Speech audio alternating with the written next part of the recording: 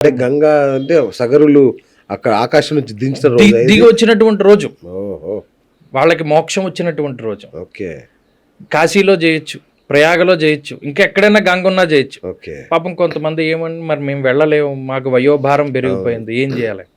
ఒక్క గంగకే వెసులుబాటు ఇచ్చారు. ఎవడైతే స్నానం చేసే ముందు 3 సార్లు గంగా గంగా గంగా అనుకుని స్నానం చేస్తాడో వాడికి గంగా స్నాన ఫలితం ఇచ్చాడు.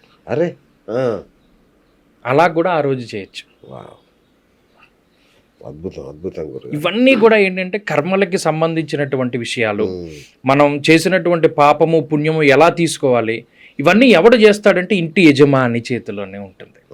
ఆ యజమాని పెట్టిన దీపం కుటుంబాన్ని ఎలా అయితే కాపాడుతుందో, వాడు చేసినటువంటి కర్మలు, వాళ్ళ యజమాని వెళితేనే కదా కాశీ వీళ్ళు కూడా వెళ్తారు.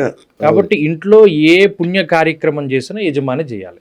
ఓకే భార్య కంపల్సరీ, భార్య చేసేవి నోములు వ్రతాలు ఆమె సౌభాగ్యం కోసం, ఆమెది వర్కౌట్ అవుతుంది. కానీ ఒక పుణ్యాన్ని మన కుటుంబానికి వంశానికి సంక్రమింపజేయాలి అంటే అది యజమాని చేతిలోనే ఉంది, వాడే చేయాలి.